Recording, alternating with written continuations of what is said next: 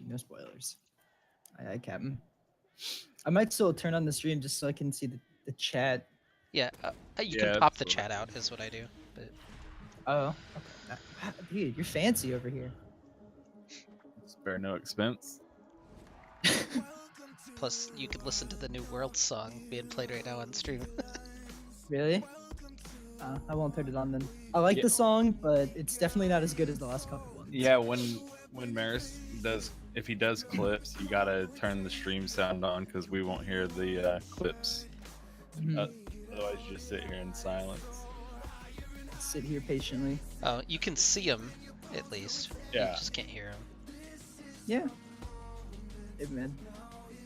While I'm waiting, I'm watching the UPL playoffs right now. I don't know if you guys know that league. Yeah, Upsurge. Yeah. Yeah. Upsurge. Oh, I know. It's week 1. Upsurge. I'm good friends with a lot of those players. Because, you know, a decent amount of them actually play for college teams or are college teams. Yeah, I followed when we had Lee Casey had a decent relationship with the ZO for a while, and then Really? That's cool. something happened between our admin and a ZO. Oh, So that's you. Dawn is the. I hate Dawn. They're just too good. I don't even think they won, but too good.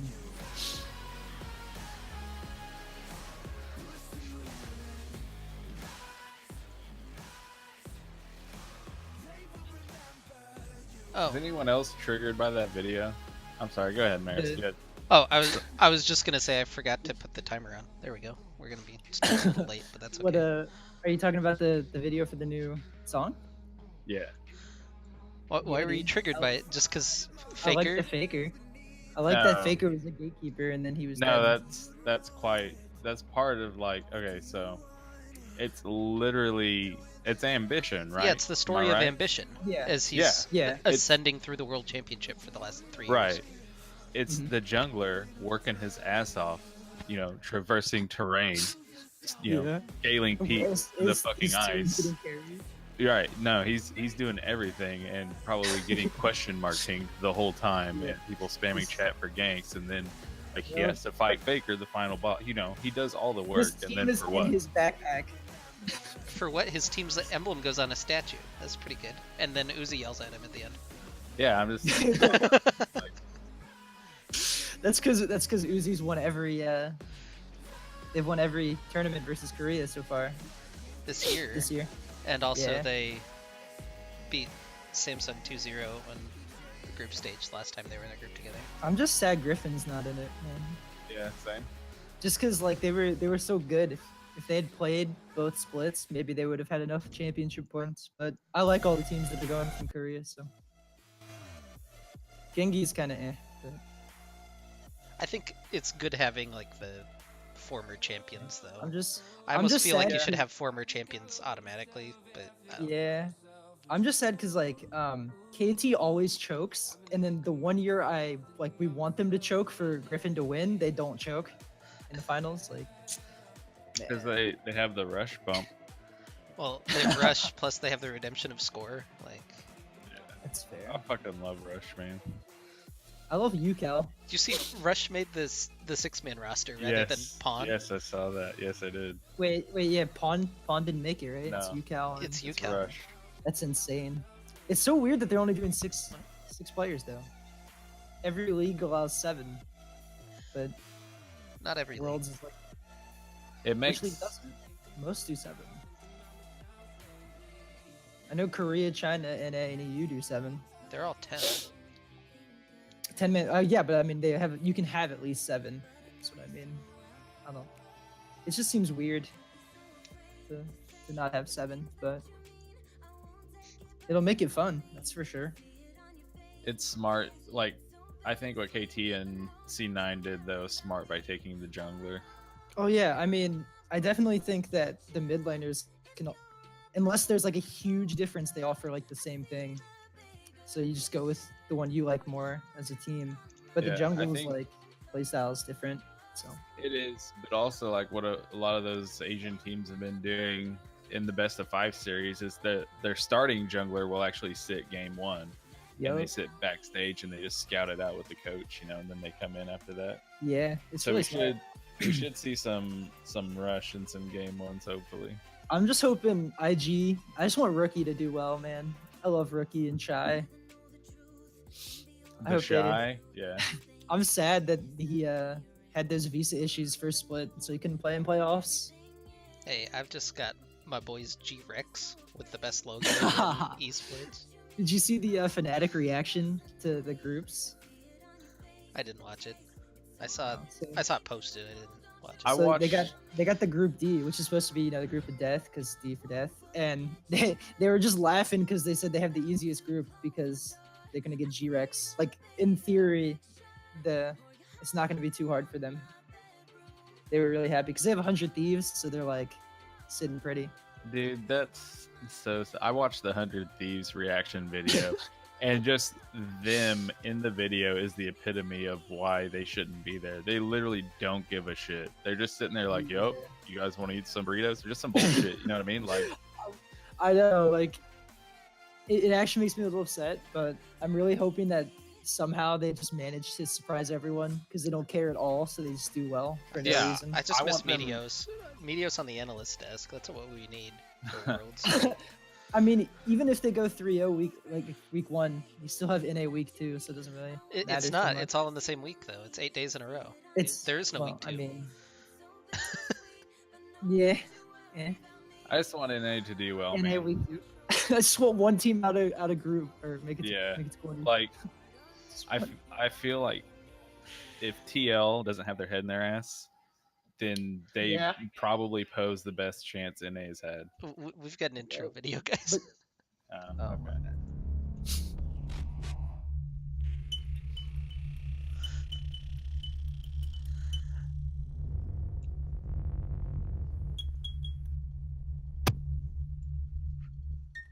All right, hello everyone. Welcome to week 6 of the GetRECall. It's hard to get these guys to stop talking for a little bit, so this should be an interesting episode.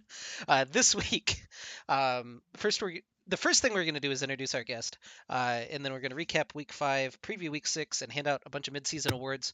We're going to rush through a little bit of it because there's 57 slides this week compared to the normal 40, so should be a special show. That said, with me today, I've got Scrambles as usual, and then Jake UMW support Matthews Dahl from not Team Fusion, Bingo Squad Gaming. Jesus. Okay, not bad. outing you. Fusion. I wasn't on that team. Sorry. Yeah, you still have the logo, and it just triggers me every single time I see it. That was Joey's intention, Aaron. It was to trigger you. I believe that. Just me specifically. Probably. Yeah. So introduce yourself just a little bit for the chat. Not All right. Well, so as you said, I'm Jake Dahl, and I go to UMW, as you can see, which is on the East Coast. So I got a different time zone than all of you guys. And I actually found out about you from my friend who, I don't want to say coach, but he was like affiliated with the Apache team last split and the team before that. And so I kind of picked it up with him. And I always enjoy playing with people because I play for my college team. So it's really fun to play with fives. And as you can see, Thresh and Recon are some of my favorite champions, as well as Twisted Fate, which he didn't put on here because he was lazy. But that's okay. I forgive you. The TF support. Dude, look, you can't out my pocket picks, man. Oh, I'm sorry. TF support, it's TFA to carry, though. You got to get the rapid fire cannon with Rage Blade, They don't expect the gold card to hit them cross map.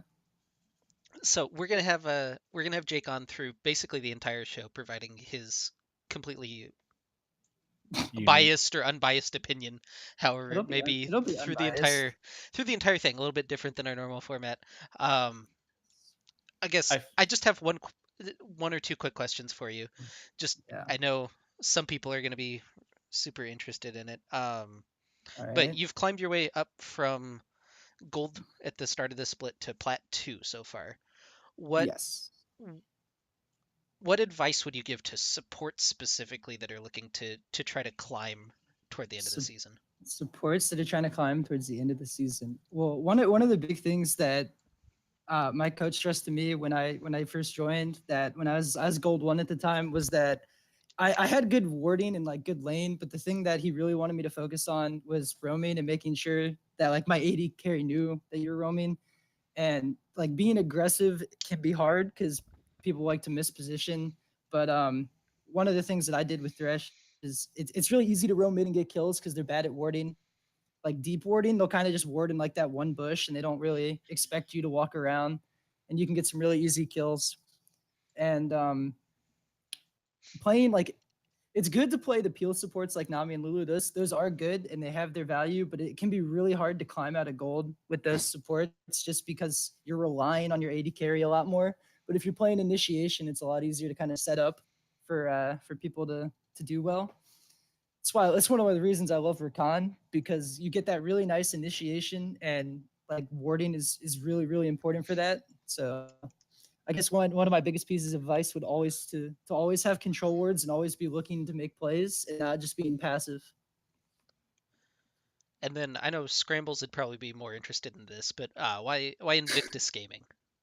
Invictus Gaming. Hmm. Invictus Gaming is because I love Rookie. He was one of my he's one of the first people that I really like caught on to, because way back when he was in Korea. And then he came over to China and they made it to Worlds. Was it like season 5 or season 6? And they didn't really do that well. That was the year that Huni whooped them with that Riven play for the quadra kill. Um, but the Shy is also been one of my favorite top laners, and then they have this new star Jackie Love at AD carry, and I'm really liking what they have. And also their support does some unique things with the way he actually roams around the map compared to a lot of players in China, and he really caught people off guard the first couple of weeks with his movements, which is really cool.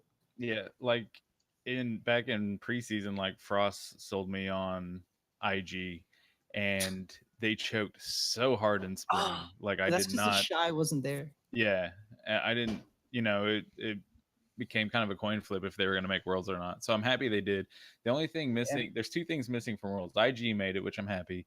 But I wanted Echo Fox, and I wanted holy shit, I can't even remember. Oh, Griffin. Misfit? We were Griffin? just talking Yes. about Griffin. Yeah, Griffin. I wanted them. Did you happen to see the IG finals versus EDG or versus Yeah. RNG? I mean, Mhm. that game 5 is why I love IG. Like they lost that game, but the Shy on Jace, like they're down like 16 kills and he manages to pick Uzi, and all of a sudden they get like 3 inhibs and almost win the game. Like that is why I love them. They're such a crazy team. Yeah, I'm probably gonna pick up the IG Chroma for Kha'Zix. Nice, man. I know Joey's looking forward to Kha'Zix. Yeah, Dude, those if Echo Chromas are Fox pretty had sick. made it, oh they are. If Echo Fox made it, I would immediate one trick. You know what I mean? Like auto Media one. support. And I'm then still playing then they Kha'Zix threw with the the Echo buffs in Fox with skin. it, like Dude, Ooh. isn't that ridiculous? Because now they doubled his passive Look, and shit. when you give him a skin, you have to give him a buff so that That's people play the true. champion. So Mumu buffs Inc. so let's refocus a little bit because we've already used 10 minutes just chatting here. So we're gonna just look at some results for Diamond this week. There were only 3 really worth talking about because there were 3 forfeits, but unlucky retribution with the 2-1 over Kansas State. Killer Wales United, which I'm gonna struggle with every single time I see it the rest of the split. 2-1 Propulsion, and then Landsneck with the expected 2-0 over 100 Steves. Should we throw out a thing kind of like a contract where like we just declare like KWU moving forward as Killer Whales United regardless of what we call it in the future? Like if we say Kansas Wesleyan, it doesn't count, just so we don't get Yeah, sued or whatever. we don't want the copyright. We're not about that. I feel it's sketchy enough that we say Kansas State. At least we have the logo to protect us, you know. Right. That's Um, true. I don't think I I don't. It doesn't matter. Go ahead. okay, the first game. This was the big game of the week, in my opinion. Unlucky Retribution with the 2-1 over Kansas State. This game was a bloodbath. I don't know if either of you guys caught it. It was game 3 that was on stream, but it seemed like Kansas State dragged Unlucky Retribution kind of into their style of game. It was a track meet. It was a lot of kills. There was a lot of movement, people flying everywhere on the map. But ultimately, they just kind of out-mechanicked them. And Tien Sama had a huge series on all of his 80 carries, but the Kaisa was very good mid to late game. And they kind of got dragged there by Dr. Wildly and DCDK. Yeah, definitely. Like the thing with game 2 for me, because I got to watch some of it. Like game 2 to me, like they had the Lucian pick, and that Lucian Braum was doing some serious work in the bot lane. And I think with the Annie, like just CC and Maokai CC, they kind of just snowballed it, and it caught Unlucky Retribution off guard. Because in game 3, Unlucky Retribution kind of just smashed them. Like they just out rotated him at every step.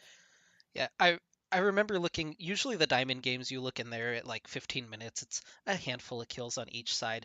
It was like 12-9 already at that point in favor of Unlucky Yeah. Retribution. It felt like Kansas State's style of game, where it's more chaotic. There's a lot of kills everywhere, as kind of exemplified by Yabienda, who I think leads the league in kills and leads the league in deaths right now.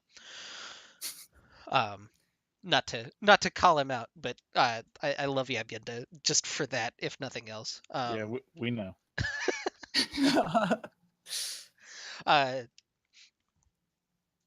The next game, I think this was the surprise of the week across both of the conferences. I didn't get the Killer Whales new logo in. I did get it sent, but I didn't get it put into the PowerPoint. So sorry, this is a temporary Killer Whale logo. You can say hi to Shamu here, but Killer Whales united with the 2-1 over Propulsion. Basically off the back of WTB Robux up in the top lane, able to get significant leads in every game and then transition that into the rest of his team. And they were really into that Sejuani, looks like. Yeah, UPB had a really good series on the Sejuani. It's weird that it's kind of the opposite. We saw the bottom lane for Unlucky Retribution really be the defining factor, whereas for KWU it's the top side of the map. It's UPB and it's Robux that are providing a lot of that forward momentum that they have. Yeah, it's really funny because the one game that their bot lane did really, really well is the game they lost. Like the Lucian Braum did really well game 2, but they didn't pull it out. Yeah, I wish that we could see that game 2 on stream, because that looks like it would be a super interesting game just based on the stats. Looks like that Zillion just kind of probably kept Sivir alive in those late game fights, I'd imagine. With the move speed and the ult in the late game hyper carry. And then the third result, I guess, not super worth talking about because unfortunately it's 100 Steves, but Landsneck with the 2-0. Those new Steves this week? Yeah, there was only one new Steve. Tianon, I think is how they chose to pronounce it during the cast. Is the new Steve. Rose and Hexavon have actually played before. Hey, here's a potential like a question you can ask for a prize later. Is like, has any Steve made it to every game that they've played? I know the answer to this, probably because I'm the only person who has to deal with the stats right. every week. So that's a really good trivia question you can use. Like, hopefully we'll have a giveaway in the future then. Maybe we'll get hooked up with some like merch store codes or something. By the way, check out the GetRECalled merch store where we'll just tag that in there. Yeah. Hashtag barely legal. I mean, there's some stuff in there, and I mean, I know it's all free and clear, but like, it's really up close to probably some copyright stuff. Yeah, I am along the same sort of mindset. There's a nice GetRECalled mug though. That I know we're 100% legal on. So yeah, maybe get that. I think there's a hat too. I don't remember. I was just looking through it pretty briefly. How come? Why? Wait, I'm gonna put Jack on blast. Why is there no Glory shirt?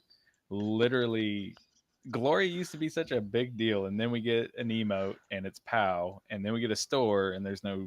I don't know. All right, I'm over it. Go ahead. We could change the emote well, not we, I guess. I think I'm still logged in. Maybe I could go in and just hack the emote, but maybe we could propose that. We could get that emote changed. It's fine. I don't think anyone actually uses POW. I don't really know. I haven't seen it. No. No. Anyway. The rest of the games were all forfeits. Return of the Middle Sticks with a forfeit win over Deathcap for Cutie, Team Fish Taco over Sweet Anime Thighs, and Oklahoma Diamond Rush over Golden Gatekeepers. Player of the week for Diamond. This was my personal pick. It was really close. I debated back and forth quite a bit between Robux and I already can't think of his name. Tien Sama for Ian, yeah. yeah. But I went with Robux after watching I rewatched the games on the stream, and Tien Sama had kind of a rough early lane, picked it up later on in the game, whereas Robux kind of smashed the entire game on Camille. So went with him this week. Plus, we don't get very many top laners in here, even though I'm a top laner and biased. So gotta rep that just a little bit. But Robux had a really good series against Propulsion, 17-9 and 28 in 3 games. Had the good games on Ornn and Camille, and even in the loss, 7-7 and 17 on Ornn. Pretty solid. He's first among top laners in kills. Has a 3.8 KDA coming up in the top lane on a team that I don't think many of us expected to be. I think they're third place right now. The standings are on the next page, so I could cheat, I guess. But yeah, to be third place right now. I mean, it's not out of the realm of possibility, though. You know, it's not like just super surprising, like, oh my god, I can't believe that they're third. You know, I mean, any of the university teams always feel should do well just because they have a lot of resources and time that they can dedicate to this. And I think I've said it before. Like, I hope they use this as a tool to get better and to play in a competitive environment. But like, I wouldn't be surprised if all the university teams were doing well. Yeah, so our diamond standings after week 5. Unlucky Retribution, Team Fish Taco tied at 5-0. You are the only team that played last week out of that group, so they slid back one game in game differential, but still up at the top of the table. KWU solidly alone in third. Big group of teams tied for fourth essentially, but Landsnack, Return of the Middle Sticks, Propulsion, and Kansas State all 3-2. Our 2 and 3 teams are Oklahoma Diamond Rush and Sweet Anime Thighs, and then you have the battle at the bottom of the standings between Deathcap for Cutie, 100 Steves, and Golden Gatekeepers, all 0-5, all 1-10 in game score as well. Damn. Oof. It's thick down there. For Demacia, our results from last week. SEAL Team 6 takes the 2-1 win over Power Flashes. Piltover Pokes with the 2-0 over Oklahoma Gold Rush. Tastes Like Purple 2-0 over 100 Steves. And Gecko Slammer Armageddon with the 2-0 over Vicious and Delicious. Our first game to recap, SEAL Team 6 with the 2-1 win over Power Flashes. I'll admit, I didn't see a huge amount of this game. I kind of skipped through. The jungler is wrong for SEAL Team 6, sir. Yeah, come on, man. This isn't my stat sheet. All right. It's bad. The owner of the stat sheet. Anyways, so I It's think the we only all reason know they it. won. Right, exactly. We all know what happened here, right? Like SEAL Team 6, they come out, they're not doing so hot. We're just kind of like, hey, man, this was the magic. He goes back to the magic, and what happens? Bam. They take down a good team. Yeah, they got rid of that charade guy, brought in I'm Heimel, and look what happens. The legend is back.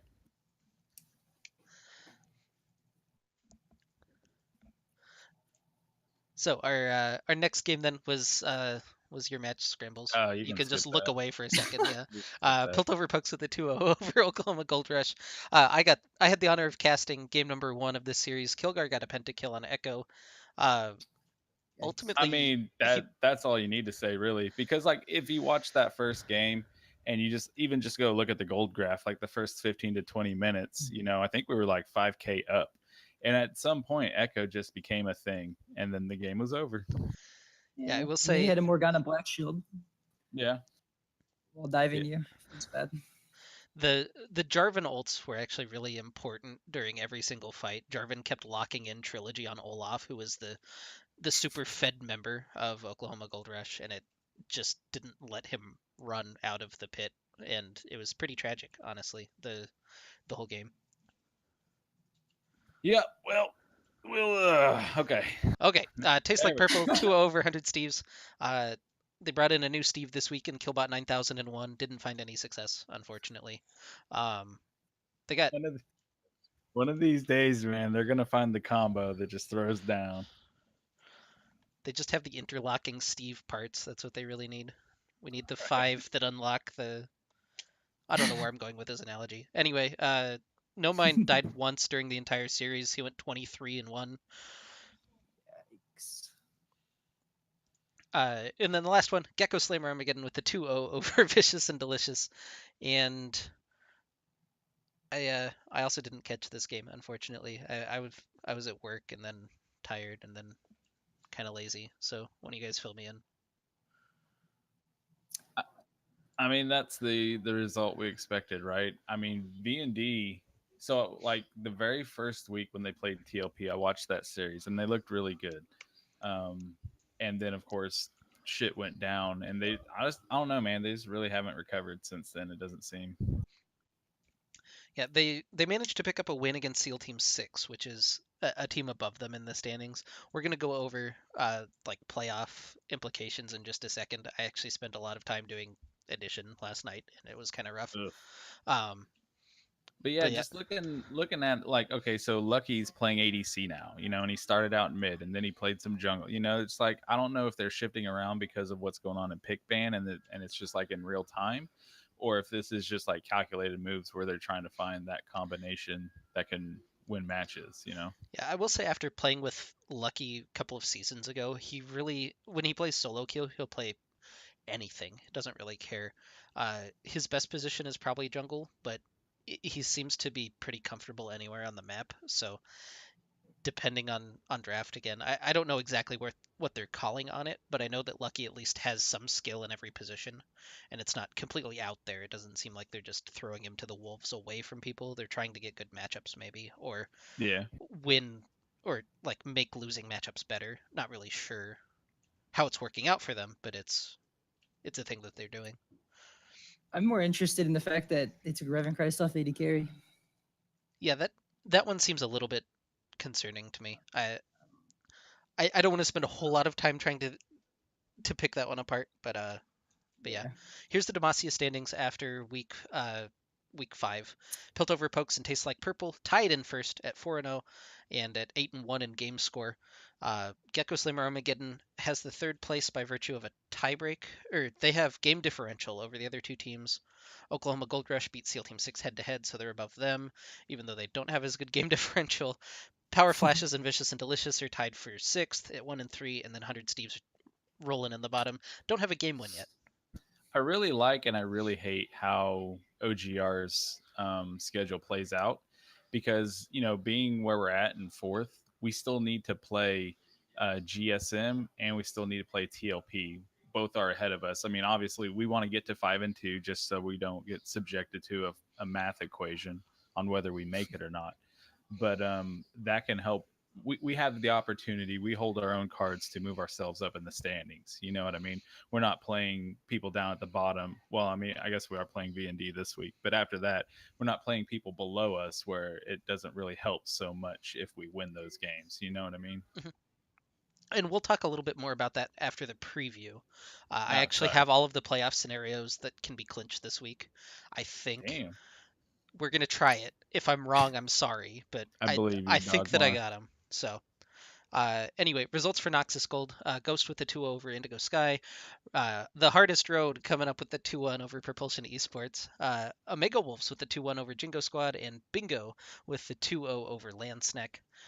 Ghost versus Indigo Sky unfortunately didn't get streamed due to some issues with the client in the post match form, but kind of the expected result.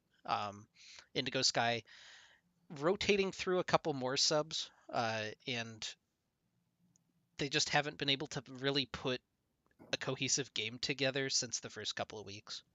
It feels like they're the V&D of Noxus, if that makes sense. And it's rough because I think that their players individually have talent. They just have too many interchangeable parts, and they haven't been able to build up that team chemistry the same way that other teams have. I think that Ghost is a good example of like really good team chemistry. I don't think that individually they're necessarily the best players in the league, but they're working really well together as a unit. Right now they're 3-1, and they have honestly the best game differential in Noxus. Yep, I agree with that. I like all the people on Ghosts. I know that they're good, solid human beings, and so I can totally agree with the fact that, like you said, they may not be the best individual components, but as a puzzle put together with all those pieces, they're really solid. Next was our game Hardest Road versus Propulsion. They gave me Scion 3 games in a row, and apparently you just don't do that. We had a sub game one, so it was kind of rough. With Proxian stepped in, he did all right. Kind of an issue with our team comp, I think, in that game, um, but yeah, I was really proud of our team the last 2 games. I thought that Propulsion played relatively well, and it was a really close series and one that was pretty fun to play. Yeah, I got to watch the whole series, which was awesome. And it was close. There was never a moment in any of the 3 games where it's like this shit's just over, you know? I think that the box scores there tell the story though. Like Hulk's gone and Propulsion wins. Hulk's there and Road wins. So All right, and then our next one, Omega Wolves with the 2-1 over Jingo Squad. Again, a little bit of a surprise, but they had Loker Mac Jr. and Savory Satan step in for Omega Wolves and played a pretty solid bot lane combo. Loker Mac in particular was a standout performer. Genocide Jack filling in on Jingo's squad played really well, but ultimately it looks like the synergy was just a little bit better from Omega Wolves, especially in the game that we were watching. yeah, for sure. I think I don't know. I would have liked to see more. I'm just looking. I don't understand why Uncle Jabronis is on Zach in Game 3. So they actually had a champ select bug in between Jabronis and Thugs Bunny. He was going to play Echo, and Thugs was going to play Zach, and it just didn't trade, apparently.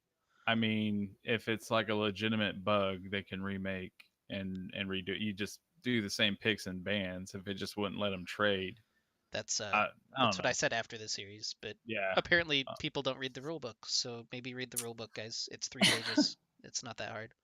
or get somebody from GetRECalled involved. I mean, I'm lazy as shit, but even I'll help out in a situation like that, you know.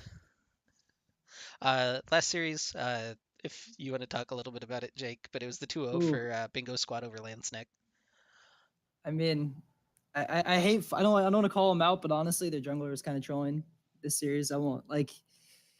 I don't know. They left open Morgana both games, and they picked immobile junglers that have bad gank potential early on, specifically into Morgana, and he tried to gank us, and it didn't work. And I don't know. I mean, they left open Morgana Kai'Sa both games, and it kind of just free win. Yeah, it's kind of rough because it feels like Landsneck's success comes from Moose ganking bot early, but Yeah. when you can nullify that with a support pick, it looked really rough during the games that we were casting because he still tried to force those ganks, but when you're burning Impale into Black Shield, it's just not Yeah. successful. I mean, he definitely put stress on us in the bot lane because we kept seeing him walk over our wards and we knew he was coming, but like the Black Shield or just binding him, like the Shyvana game specifically, he like level 3 ganked us and he just got binded and died in the middle of river. So So our Noxus standings after week 5, Hardest Road alone in first at 4-0. Ghost and Propulsion tied in second at 3-1, and they're going to play this week. Spoiler on the preview a little bit. Omega Wolves are in fourth right now because they have a tiebreaker over Bingo Squad head to head, not because of game differential. We can discuss the validity of the tiebreaker at a later time, but that's what we're going with this season. Jingo Squad and Landsneck are tied in sixth. That's just a game differential break, and then Indigo Sky in last. Okay, wait. I got a question, but I'll save it because you said you have playoff implication shit later. Yes. Okay. Player of the week. Oh, I didn't redesign this slide. I'm so sorry, Kilgar. You don't get your cool orange background.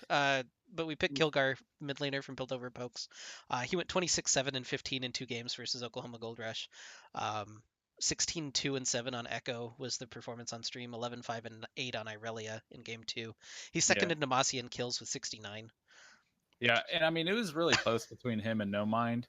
It's just, you know, No Mind played against this week's assortment of Steves versus, you know, a relatively strong team in OGR, and Kilgar just completely, especially game 1, that was 100% the difference. And I understand the Jarvan's impact, and I understand all those other things, but we didn't calculate, you may even say we didn't even respect. We didn't even really think about like what he was going to be able to do on that echo, and we learned real quick though. Yeah. Twitch clips of the week. Okay. Let me grab these. I have them prepared and loaded this time, so that's better than normal. This is from the Diamond game, 100 Steves versus Landsneck. Not a super great play, but a really cool interaction. On any sort of objective they want to take. Yeah, King Shank Knight doing a really good job of controlling Hike's jungle, going very aggressive. However, he will catch out EDG Autumnly here. He will flash away, get the stun, but it will not be enough. Here he's flashing, he's caught right here. Ultimate comes out from Hike. He will get. That was a very weird interaction. Unfucking lucky So it right looks like there. Hike hit the ultimate. That's his own ultimate, taking him in Tom Kench's mouth. Like the On- timing on that's pretty precise on that interaction. That's good. I wonder if that was calculated. Like I want to hear their comms. I wonder if he's sitting there like, hey, this bitch is swinging her hammer. Watch this. You know what I mean? This one's from the Propulsion versus Road matchup. This was the game-deciding team fight, essentially, in Game 2. The Pain Train. Morellonomicon completed now. Yeah. This is part of the reason why the last fight went so well for them. It cuts down a lot of the healing. Meanwhile, we hear a Scion ult coming in. Scion is just going straight for Boar Rider Man. Boar Rider Man just gets melted. Hulk going in. Hulk going extremely low, but then getting so much health back somehow. And they are able to take down Siren. That is basically 3 for nothing for the Hardest Road. And that's their 4th kill. The only person up right now is Drodger. And The Yeah, I remember that when I was watching it live, and I was just like, Hulk's inting. Hulk's straight trolling this team right now. I mean, you hear the Scion ult, but I don't know. I was so like, my eyes were just so drawn to what Hulk was doing, and if he was just gonna get blown up, I didn't even think about the Scion just coming in from the side like that. And I was like, watching Scion the whole time. not me. I was like, if he runs into a wall right here. Oh, that would have been rough. Yeah, I started that. I was actually in the blue buff pit when I started the ult, and I was just Yeah. yelling like, "We're engaging!" And Hulk is just like, "Oh, okay," and he jumps on him. I was like, "Okay, perfect. We got this." I feel like Hulk has a quick trigger. You know what I mean? Like if you just even mention, "Hey, I'm looking," or just anything like that, like shit's on. This one's from Power Flashes versus SEAL Team 6. This one wasn't on stream. I do have it muted because it's got their comms going on in the background. So we're just going to enjoy this, I guess, in a little bit of relative silence. But looks like Paladin is our focus here as they're running away from the team fight. Heimel and Abinus are trying to engage. Chain of Corruption buying just a little bit of time here. But the big issue is that here comes Worgen Knight on the Darius. Dude. But he'll dunk down Heimel, dunks Alercion, grabs Albinosaur back in. There's the triple dunk, and they'll grab Jobero as well, I think. I'm hoping. What a champion. Song. What would really be smart is if Riot buffed that champion this patch. I think he needs it. Yeah. Like they buffed Fiora. Yeah. And like not just one buff. Champ. They should totally give him 2 buffs. Like But they took a good late game champion and gave her an early game. Yeah, that's smart also. That was smart. I've never heard of Darius and Fiora being buffed right before Worlds, maybe completely changed and then being 100% pick ban. Yeah, at least it's going to make it interesting. Yeah, I mean, I don't know. Maybe Riot was sitting around like, how do we get these champs in game? I know, we'll buff these champs, then they'll all be permabanned, and then all these champs will get through. Nice. So this one is from, I don't remember which name they had at the time, but we're going to go with Killer Whales United versus Propulsion. And we have Robux here in the top lane recalling in a bush on Ornn.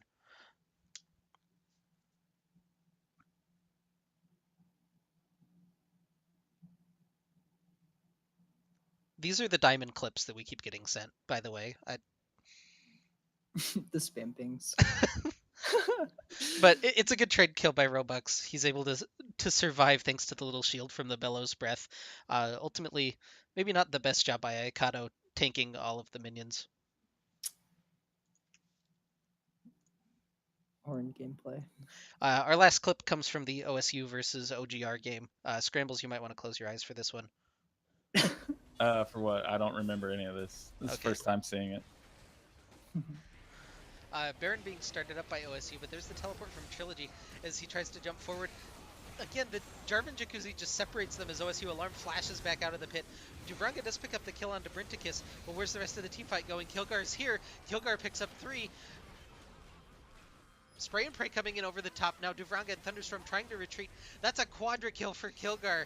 The pentakill for Kilgar as he jumps forward with the phase dive. Yeah, that looked rough. I feel bad for whatever team that happened to.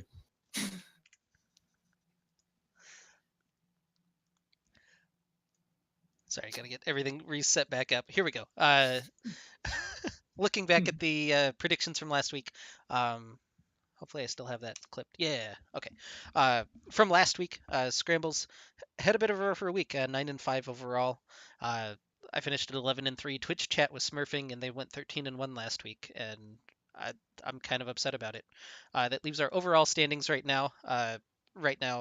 Twitch chat, unfortunately, at 54 and 15. They're going to be in first. I'm 1 game back at 53 and 16. Scramble's bringing up the rear. Still 8 games back, so that's not ridiculous at this point. Lots of games left. You can't have a comeback story if you're not down, right? Right. We'll keep our eye on Scrambles. We'll see the bright future ahead of him here. You won't see it because you don't see me coming. See.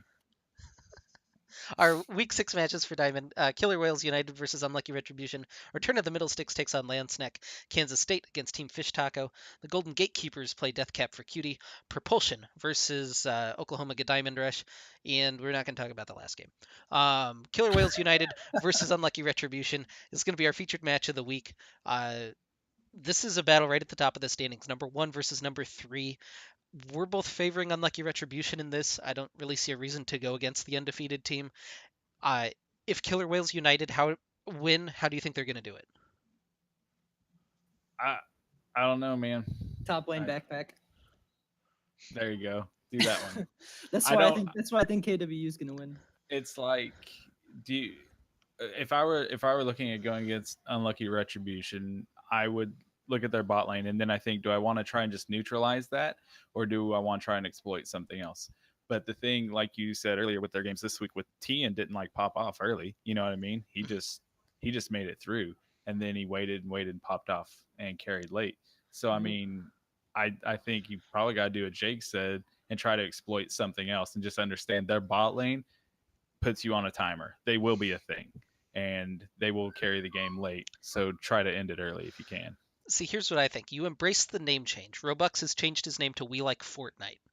What you do is you just gather everybody up inside a bus, and then you drop them off a plane, and then all of a sudden, you only need to be the last one standing. You don't have to be the last two. Nice. Okay.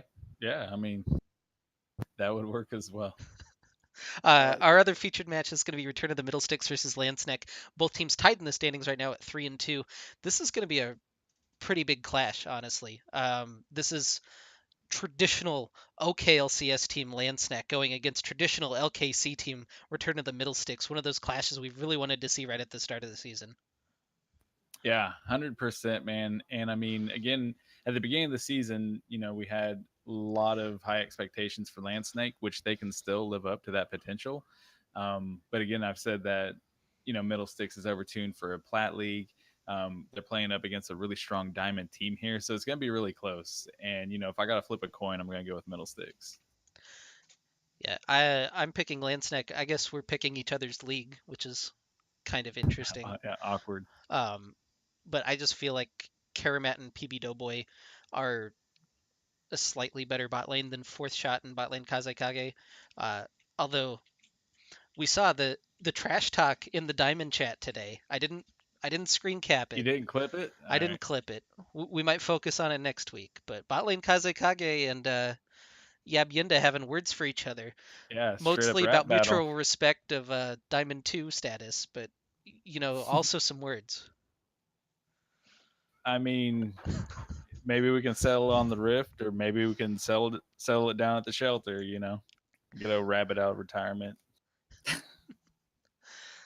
Our other featured match is going to be Kansas State versus Team Fish Taco. You're believing in your boys. Mistress Yi inspired you with the ukulele last week, I guess. Is that what I did? Okay, yeah, absolutely, 100%, man. Fish taco. Look at the logos, dude. They can't challenge that. Yeah, I'm really excited for that bot lane matchup, honestly. Demon Repent and Yabyenda should be a pretty big slugfest down there in the bottom lane. I expect that this game is going to be, you know, 2 kills per minute. Honestly, both of these teams like to be really aggressive. Should be a really exciting one. I picked Kansas State just because I don't know. The last Yes, you game I was do. You hedging. know why? So the last game, I guess I was hedging my bets because I really like the middle sticks guys. I don't know why I would pick Lanceneck there and then go against my guy. Like, I don't know where my head's at, honestly. We filled these out way early in the morning on Monday, so Yeah, and I was thinking about this. This show would be better served if we did it like Sunday, right after the last cast, because I have so much to say and I have so many thoughts about like all the games. And then by the time Wednesday rolls around, I've already forgot. I mean, it'd be easy enough to just write those things down, but that's not gonna happen. yeah. Unfortunately, I'm at work Sundays, so I usually like catch part of the games while I'm working, and then like come home, have to make all of the like I do all of the stats, and then I do all of the prep for this show, and I just forget everything that I watched at work because I was Yeah. distracted at the time. It's dedication. It is the dedication. Our important match, just to highlight another like big standings implication match, but Propulsion comes in at 3-2 versus Oklahoma Diamond Rush at 2-3. This is going to create that separation in the standings that we kind of need at this point because right now it's just a mess in the middle. We're both favoring Propulsion, which I think is fair based on past performances. However, Propulsion's coming off of that loss against KWU. Oklahoma Diamond Rush had that entire week to prepare. Yeah. Aikata was, he was back finally, and they lost. So he got Talia 2 of the games and a Trundle. So I don't know, man. I was actually kind of surprised by that. Maybe he was just off his game. I didn't get to see the series or anything, but I'm sure he'll bring it back around for OGR. The last one, the game that somebody has to win, Deathcap for Cutie versus Golden Gatekeepers. Just these guys won't get to get their names up here very often, so we might as well highlight them. Big call out to what was his original name? Squatting Buffalo. Has changed his name to Prone Bone and Condom Filler. So we're getting increasingly more vulgar as the season goes on. I guess we're just trying to find that limit where Riot catches him and tells him he has to change his name. Nice. Yeah, I mean, to be fair, he doesn't say what he's filling it with, so could just be water. It could be the dog food like they used to make the Zack noises. It could be the dog food, yeah. If you're missing that reference, the sound engineer for Riot said that they came forward and made some of the squishing noises for Zack by filling a condom with dog food and slapping it against the wall. That's more information than you probably ever needed about that champion.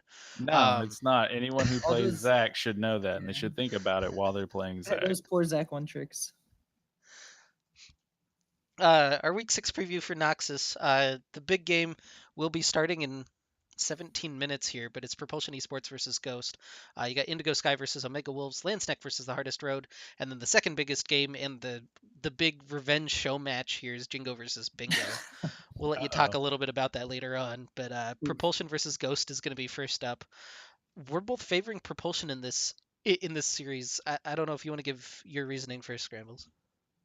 I mean, again, I feel like Propulsion is a strong unit. They're not just strong individual players.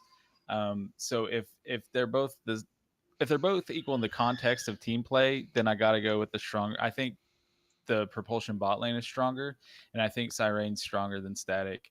I think there's a slugfest in top though between Drysovoxen and Drodvir. So I don't know if you can play through Graydon in top as Ghost and win, but I think he can. I think he can neutralize, and I think he can make sure that Drodvir doesn't, win. You know what I mean? Yeah, I just think it's a super interesting matchup because I would favor the top half of the map for Ghost. I think that Essential Rain's playstyle is inherently counter to anybody that ever wants to do anything in the game. And it's really frustrating to play against, but I respect it. And Derisive Oxen is also kind of the same way. He plays that just infuriating tank. You never actually kill him. You can't force him out of lane. He just farms and just delivers in team fights. And they usually focus a lot of resources into getting Danny ahead. But how far ahead can Danny get against Boar and Chex Mixin when you're jumping on him at level 2 with Tristana or, something? So honestly, I think it's a super interesting game. Jake, you're more familiar with these teams, I guess. Do you have anything you wanna weigh in here? I feel like if Mehuli doesn't play Ahri, Propulsion's gonna win. If he plays Ahri, then they're gonna get clapped. So I really do, because I think when he plays the assassin, it's not that he's bad at it. I just think that his team doesn't work well when he's on an assassin. They work much better when he's on control mages. So yeah, I think his Cass is undefeated this season, 5 or 6-0. It's pretty disgusting. So we should see if we can influence pick ban. Like, definitely don't let Derisive Oxen have Soraka top. It's his like secret pocket pick one trick, and I saw him break it out once in a match. It's just disgusting. So they should ban that. definitely. Our next highlighted match is going to be Jingo versus Bingo. I'm going to let you take this one away, Jake. What? Oh yeah, our match. Yep. This has been a fiesta already. I don't know. It's just Okay. scheduling it seems to be a struggle between. I also our- have more information that So, BJ has changed his name to Uncle Jabronis. So you have Uncle To Uncle Jabronis, Uncle Jabronis Jesus. on Jingo, and you Okay. have Karasuda on Bingo. that's great. These LKC teams, I swear. But Joey's playing with the fire this week that he hasn't normally had. That's for sure. So So, all right, let's get the prediction then. You gonna 2-0 him then? 2-0 them. I think if we win game 1, it's a 2-0. Because I'm pretty sure if we win game 1, Joey's gonna have tilted Jabronis like out of the game, and he's not even gonna be a thing in game 2. But if we lose game 1, then Joey's just gonna try even harder in game 2. He has a pocket pick he's been waiting to pull out, so we give him free reign on that if he gets to get game 2. So Yeah, the info that I've had is that BJ has left and then rejoined Jingo this week and then changed his name to Uncle Jabronis. So it's really everywhere, honestly. We'll see where we're at. That game's Friday, I believe. mm-hmm. Hey, I have a question, Yeah. Jake. Has Callista made it through any pick bans or no? No, Callista and Thresh never make it through pick bank. Thresh made it through 1 time. Callista's made it through 0 times. It almost made it through against Snek because they banned Nasus every game against us, even though we don't play Nasus. But no, nobody leaves up in Callista. Got it. Our other matches, we both got Omega Wolves over Indigo Sky and Hardest Road over Landsneck. Yeah, we're gonna try to do this now. Okay, playoff scenarios. Hardest Road clinches a playoff spot with a win over Landsneck. That's the simplest way to go about it. No other 5th seed team can match them. Indigo Sky is eliminated from playoffs with a loss. Also pretty easy. Or if Bingo wins versus Jingo, because Bingo would have the tiebreaker over Indigo Sky. Landsneck is eliminated with a loss against us and with a Bingo win over Jingo, because then they can't match them in wins. Jingo is eliminated with a loss and an Omega Squad win over. They don't play Landsneck. I messed that up. They play Indigo Sky. So I feel like all those are pretty likely. I'm just saying, like, Yeah,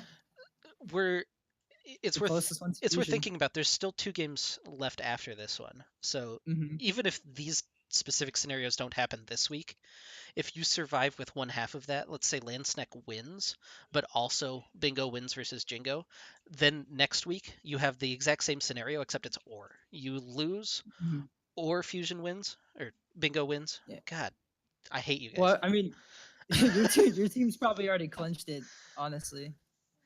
Just not the 1 seed or the 2 seed or the 3 seed. I mean, if you lose out, you'd get like 4th probably. But Yeah. There's slightly more playoff scenarios. Propulsion clinches the playoff spot with a win, and if Bingo loses to Jingo. And then Ghost clinches a playoff spot with a win, and Omega Squad losing to Indigo Sky. All of these are just because tiebreakers play out that way. Noxus was actually easier than Demacia, and you'll see some of the headache that we get into. It's sad for Ghost that the more likely of those two variables is the fact that they beat Propulsion. You know what I mean? Yeah, it's not like they're eliminated or anything. It's just that they're safe in playoffs. Yeah. It's anyway, Scrambles, we're gonna have your interlude with your jungle tier list right now. Yeah, okay. And wait. Don't start it yet. Because it needs to be said, much like the beginning of the season when we did a rankings, you guys got to understand, like, number one, it's really hard because there's a lot of teams and a lot of players. Number two, we're just dudes, man. We literally mean nothing to you in the scope of life. So it's gonna be okay. And number three, this is super mathematical. I have a very defined algorithm that I ran all of this through. So it's not me. It's just the math and how it worked out. All right, I'm good. All right. You can go. Okay, number one. Yeah, I mean, enough said, right? Hulk on Assassins. That's the number one jungler. I mean, yeah, do you really need an explanation? Okay. Panther, he's just super solid. Like, he's generally in a really good spot, and he understands how the map works. He's always going. He understands what I feel like I kind of understand in the jungle, and that's you're never really in quote unquote the wrong spot, because regardless of where you are, even if you get caught with your pants down, let's say you're top side and the enemy jungler gang spot and gets a double kill, you can still take something from him for that. So just because you were behind on that play doesn't mean you can't punish them in some way. And it's not always an even trade. Maybe you just take like his Krugs and his Raptors or something, but always take something. All right, number three. Oh, I went backwards. There we go. Yeah. So Siren's up there. His team's winning. And I mean, he does solid. He definitely doesn't lose the game. It was really the game where Boar and Chex just ended their asses off bot lane. I forget what match it was, but they were playing Yasuo. Boar was playing Yasuo, and I mean, Panther's the one who kept him in that series. Eventually, Boar came online and helped close out that game, but he doesn't get to that point without Siren before then. All right, number four. Hulk on tanks. So, hashtag not my MVP. Right. Hashtag not my MVP. So, we've only got to see one quasi tank game, which was a Gragas, which I believe he still built Runic Echoes. But at the same time, he's still Hulk. He's still going to understand the map, and he's still going to make plays better than anyone else in Gold Cap. Because to be completely honest, there's Hulk, and then there's Panther, and then there's basically just everyone else kind of lumped together, in my opinion. I don't look at a matchup, and I don't look at any teams playing each other, and I think this jungle, is the reason for X, Y, or Z. This jungle is the impact. And I don't think, if this jungle exploits that guy, then this is going to happen. I just don't think that about these teams unless it involves Hulk. All right. And keep in mind, this is a very serious algorithm. So our next This is all math. I didn't do this. This is just math. Mayhuli is the fifth. He never made the K-Dots. Well, yeah, he always made the K-Dots tier list. And you notice he's still above Winged on the jungle tier list. But Mayhuli, number 5, solid choice. Number 6. There's Winged. Winged got on my list. Never made K, but Winged playing Talia is very solid. Number 7. Yeah, just in the off chance Nocturne gets through, unless we're playing Power Flashes, apparently. That's always a good time for me. Number 8. And number 8 is also Siren. He made it twice. All right, number 9. Everyone else. Hashtag That's math. respectable. All right. Now back to our less interesting thing. We've got our Week 6 preview for Demacia Gold. 100 Steves is taking on Power Flashes. Oklahoma Gold Rush versus Vicious and Delicious. Gecko Slammer Armageddon versus SEAL Team 6. And Piltover Pokes versus Tastes Like Purple. Our featured match of the week is going to be Piltover Pokes versus TLP. This is the battle for first. I'm pretty excited for this one. You've got Piltover Pokes. I've got TLP. Yeah. What do you want to see from Piltover this week? So here's my thought. Bot lanes, we're just gonna consider that a wash. And then you have Panther over Brenticus, but you have Kilgar over Toe Knuckles, in my opinion. Toe Knuckles, I feel like Toe Knuckles and Brenticus are the same in their respective positions, where they're solid. They're probably not gonna lose the game unless Enticus shows up, but like they're solid in what they do, right? You can count on them. But I think Kilgar is more explosive than Panther is, if that makes sense. And I think that's the difference. And I think that's why they take the series. Yeah, I think that Alarm has been just a little bit hidden on Piltover Pokes. By that I mean he's picking up a lot of kills, he's doing a lot of damage, but he's actually been down CS, and he's been down lane pressure just a little bit in bottom lane. I think that No Mind is going to be the one AD carry in Demacia that can really take advantage of that and maybe drive forward a big lead. And with Panther being just everywhere on the map, I think that that creates enough of an advantage for TLP that they're able to beat Piltover Pokes this week. But yeah, I mean, this is the one you gotta play. This, you know what I mean? You can't just look at it on paper and say this is what happens here. Yeah, this is going to be a really good game. Honestly, I'm looking forward to this one. Yeah, I'm interested. I really wish I could see Pick Band for that. You're fine, dude. Okay. Next is going to be GSM versus SEAL Team 6. Again, both teams 2-2 coming in. You're repping SEAL Team 6. You're on that Heimel train. Right. I punched my ticket. I'm on board. You know, my luggage is checked. Like, I'm riding the Heimel train till the wheels fall off. Where's your whistle? Like Monte Cristo? Korean hype train? Fuck, I got one. 6 hype train? I got one around here. Hold on. For my money, I think that Levi's and Silver Spade are... I don't know if they're the best bot lane in Demacia. It's tough. There's a lot of actual good, solid bot lanes in Demacia, but Levi's and Silver Spade have showed up every single game. I don't think that they've had an off game yet this season, and I think that they can exploit the kind of weaker bottom lane from SEAL Team 6. I got my eye on Dogmar this week. I know he hasn't popped off yet. He hasn't looked like that superstar top laner, but against Alercion, I'm hoping that he's got something special for us and that GSM can bring this one home. I mean, I hear you, and I don't disagree with any of that. I just don't. How do they kill Heimel in front of his own Nexus? Like, I don't see it happening. Completely fair. Our last match to highlight here, Oklahoma Gold Rush versus Vicious and Delicious. This one's just important for separation purposes in the standing. That, and as we'll get to, it's kind of Vicious and Delicious's last stand for playoffs. They really need a win here. We're both taking Oklahoma Gold Rush. I think that, especially if Vicious and Delicious continues their sort of Mad Hatter lanes, I think that this energy from OGR is going to beat them. I think Duvranga and Ivory are, again, just super solid, super consistent bot lane, and Thunderstorm should have a pretty good matchup against either Lucky or Revan Christ. Yeah, and just removing myself from the situation and just looking at it, like you said, it's the musical chairs that they're playing with their drafts. That's why I don't know if it's a pick ban thing. Like X Champ got banned, so now so and so is playing over here, or if they're really just trying to shuffle around and find a combination that works for them. It just doesn't. It just doesn't seem fluid, you know. So, our other match, Power Flashes over 100 Steves, I think doesn't really need to talk about. Playoff scenarios. So the winner of Piltover Pokes versus Tastes Like Purple clinches a playoff berth. That one is certain. Do we know when that's getting played? I don't think it's been officially announced yet. So. Okay.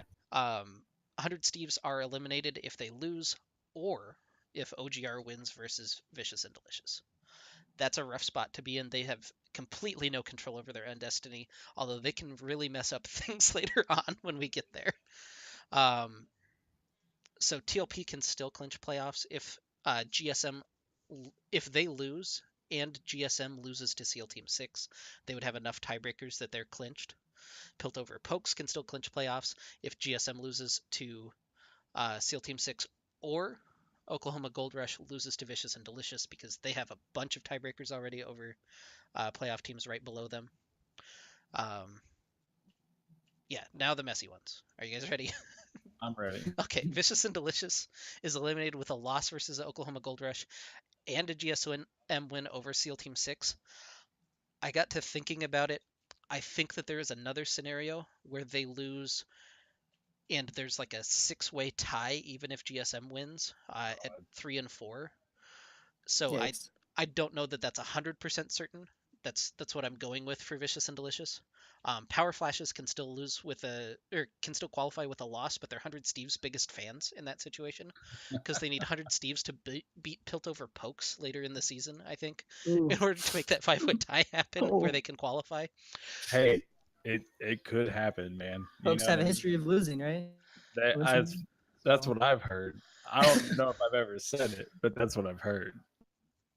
So Power Flashes, I would win so that we don't have to worry about that 5-way tiebreaker scenario, and we can go on with our lives. But I think that there's just a really bizarre situation where they tie with 100 Steves and OSU and 2 other teams, and it just it's a mess. So don't do it. I don't want to have to do the math later on. I already tried to do it once and it hurt. Yeah, like that was so when we lost to Power Flashes, like we lost to Piltover Pokes. They're tied for first right now. It's kind of understandable, but mathematically, it's not the worst thing ever. What hurt us really bad is losing to Power Flashes. Man, that opened up so many just like variables and different things that can happen for playoff implications that it just sucks that we lost that series. Yeah, I will say Noxus is much more clean because pretty much the teams that are at the top have all beat the teams at the bottom. There's no like weird situation where one of the bottom teams has really beaten one of the teams like super up the standings. So it doesn't mess up the tiebreakers very bad. Whereas Demacia is just a mess specifically because of that game and because Vicious and Delicious beat SEAL Team 6. I just hope it goes full tilt, man. I hope all the weirdest shit happens. I don't want to have to do that math. So let's get into some midseason awards because we're already almost at our time limit normally. Yeah. And again, we're just regular dudes, man. Like don't lose your shit over it. It's not a big deal. Okay, Yeah. Go ahead. Also, these are all going to be treated as if the season ended after week 5. So we're not projecting any stats. We're not projecting anybody to do super well the rest of the season. This is just strictly, these are the stats in front of us. This is the decision we made. Okay. First, just looking at statistical leaders, these are gold combined stats rather than just one conference or another. So right now, Karasuda, kill leader among everybody with 91 kills. Boar Rider Man and PG-13 trailing right behind. The first Demacia entry is going to be Levi's in 4th.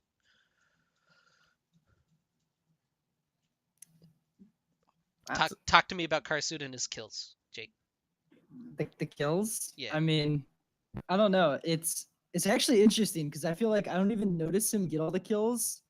Like even in the games, like if I'm thinking back to the Annie series where Joey like 16 kill game and then he had another really high one. It's like you don't even notice him getting all the kills, and then you get to the end of the game and you're like, wait, he's like 10-2. But the big thing is honestly we play a 3-game series like every time. So he's able to just get a lot of kills with it. Yeah, I will say I didn't put kills per game on their own separate thing, but No Mind actually has the most kills per game of anybody in gold. He's just in 9th right now because they had a forfeit and they've only played like 9 games this season. So he just doesn't have as big a sample size as everybody else. Otherwise, I think he'd be above Karasuda. We definitely have Fiesta games that go long, so yeah, wait till he clicks over to the deaths. Oh, I know. Is it still bad? Are we still 4 of the top 5? We used to be. Well, we're doing assists next, so I think we're only doing good awards. I don't remember if I actually put deaths in here. Okay. But yeah, UMW support. Jake is first right now, and he's 10 above Psycho. My support first Demacia entry is Silver Spade right behind him at 138, and then Celercia, Chex Mix, and Acidic Tom. You can read the rest of it. Brinticus is the top non-support there at number 7. Winged is on there, which is impressive to me. Winged and Hulk. We got 3 road members on that top. Let's go. But yeah, wasn't he on kills too? Yes. Oof. KDA leaders right now. Celercia, the support for Piltover Pokes, is the top KDA player currently in report. Also the biggest trash talker on OSU, as we discovered last week during the cast. Alarm is second, Winged Nation third, Toe Knuckles fourth. And honestly, like 4 out of 5 members from TLP are on the KDA list. Report them all. So we're going to cover our biggest surprises from this split, just kind of some general storylines that we thought were interesting. I don't remember who's first. It's me. Okay. My number 1 biggest surprise was Piltover Pokes. I had them 12th, I think, among gold teams coming into this split, and they've completely surpassed any expectation that I've had. They're, up and tied for first right now in Demacia, one of the 2 best teams over there, and just outstanding performances from them throughout the whole split so far, and that's easily my biggest surprise of the season. Number 2 is Power Flashes. This one's kind of the opposite way. I had Power Flashes, I want to say number 2 in Demacia, and they're 1 and 3 right now. They're underperforming according to where I thought they would be. That said, I still think that they have really good players. They could definitely make a shot at playoffs. Although, as you saw, they're right on that cusp. If a couple of bad things happen that are out of their control, they could just be out without really being able to answer that at this point. And number 3, I've got Essential Rain, the mid laner for Ghost. The last split played for EXT. We didn't really think a whole lot of Essential Rain, honestly. He was just a mid laner, kind of a generic wave clear mid laner who played on EXT. Seemed like a nice guy, but didn't have a whole lot to say for him. This season, he's really stepped up, and he's put together some really good performances and allowed Ghost to be third right now or tied for second, in Noxus. So, big shout outs to Essential Rain and the Piltover Pokes this season for surpassing my expectation and a little bit of sourness toward the Power Flashes, and hopefully they can turn it around. Scrambles, I guess you're next. All right. So number 1 for me was also Piltover Pokes. I believed more than Maris did. I certainly didn't have them 12th. Excuse me, sir. You actually didn't. Huh? You had them lower. You had them 15th, sir. Yeah. You had them bottom. Oh, 14th. Right. Excuse me. You had them 14th. I just have it pulled up here. So what I was doing there, I was setting them up for the underdog story, right? Because look, now we've got this Rudy situation with this little team that has gone from 14th in preseason all the way to tied for first halfway through. So you're welcome. Number 2, Snake win. It had to happen sometime. God bless. I was happy that it finally did. So I hope to see those guys stick around, and I hope to see them progressively do better. And then number 3, yeah, you guys really weren't privy to it, but after the podcast, we kind of hang out and chill sometimes. And Mistress E broke out the ukulele and legit threw some shit down. So, I mean, finals roll around and you see a dude out on the corner with a ukulele getting some Whataburger money. You probably throw him a couple bucks. Jake, Jake apparently has once. I'm sorry. That's fine. See, you guys, we didn't know the Piltover Pokes very well. I wasn't that surprised by them, but my biggest surprise is Levi's, because we actually scrimmed him before the season started, and he was not very impressive to me. I thought he was actually going to be the reason their team would lose a lot of games, and he's been really impressive. I think a lot of that does come from his support, because I think his Silver Spade is really, really good, but he's definitely doing really well. And my number 2 was Jingo Squad, because we expected a lot more from them, and they've played some of the easier teams, some of the harder teams, so they can definitely bounce back, because I know they've already played both Propulsion and Road, right? So I think they can definitely bounce back, but it's definitely surprising to see them at 1 and 3. And third one, sorry, Scrambles. Nah, it's fine, dude. I didn't expect you guys to get 2-0'd. 2-1 would have been one thing, but I wasn't expecting it. Because they were 0-3 or 0-2 at the time, right?